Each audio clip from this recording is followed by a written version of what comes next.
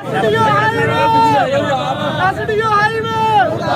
ठेकेदार हाईवे ठेकेदार highway SDO highway SDO highway SDO highway road की तामीर को पूरी करो रोड की तामीर को पूरी करो रोड की तामीर को पूरी करो रोड की तामीर को पूरी करो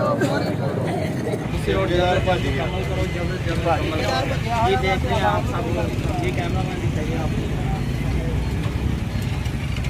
रोड की तामीर करो रोड की तामीर को करो रोड की तामीर को रोड की तामीर को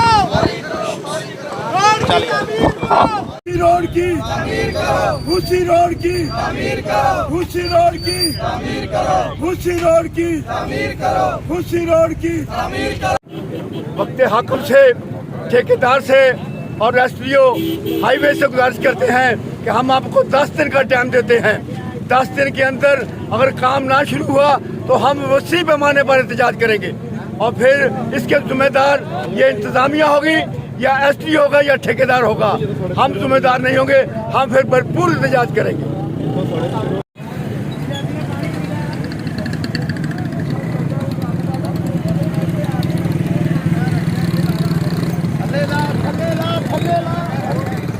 ठीक है, मैं मानता हूं कि प्रॉब्लम अपनी जगह है, लेकिन लोगों की सहूलतों के लिए इनको चाहिए कि तरजीह बुनियादों पर सड़क की तमीर जल्द से जल्द कंप्लीट की जाए। हम गवर्नमेंट हुक्म वक्त को कहते हैं कि इसके फंड रिलीज किए जाएं और जो ठेकेदार है वो भागा हुआ, उसको चाहिए कि अगर वो लुक नहीं डाल सकता तो कम से कम उसकी हिफाजत करे, पत्थर उठाए, पानी डाले, वो तो उसके हक उसके अख्तियार में है। अगर वो नहीं कर सकता तो फिर हमें इसके खिलाफ भरपूर एहतजाज भी करेंगे और बार बार करेंगे जब तक ये कंप्लीट नहीं होगा। Thank you very much.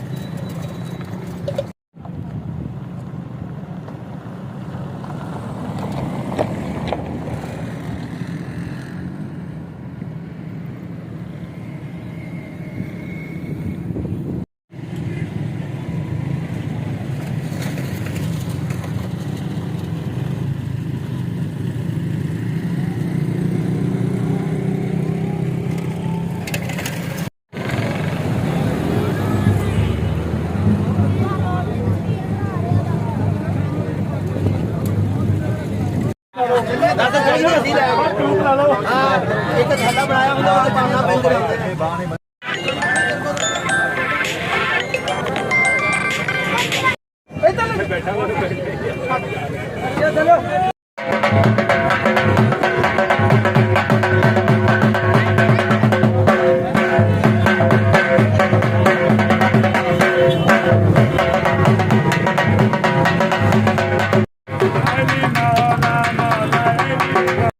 पत्थर चुकन ਲਈ 2-3 मजदूर ला के ਇਹਦੀ सफाई करा दो। ਜਿਹੜਾ ਵੱਡਾ ਵੱਡਾ ਪੱਥਰ ਆ ਕਮ ਸੇ ਕਮ ਨੁਕੀਲਾ ਪੱਥਰ ਚੱਕ ਦਿੱਤਾ ਜਾਵੇ, ਪਾਣੀ ਲਾ ਦਿੱਤਾ ਜਾਵੇ। ਤੁਹਾਡੀਆਂ ਮਜਬੂਰੀਆਂ ਆਪਣੀ ਜਗ੍ਹਾ ਹੋਣਗੀਆਂ।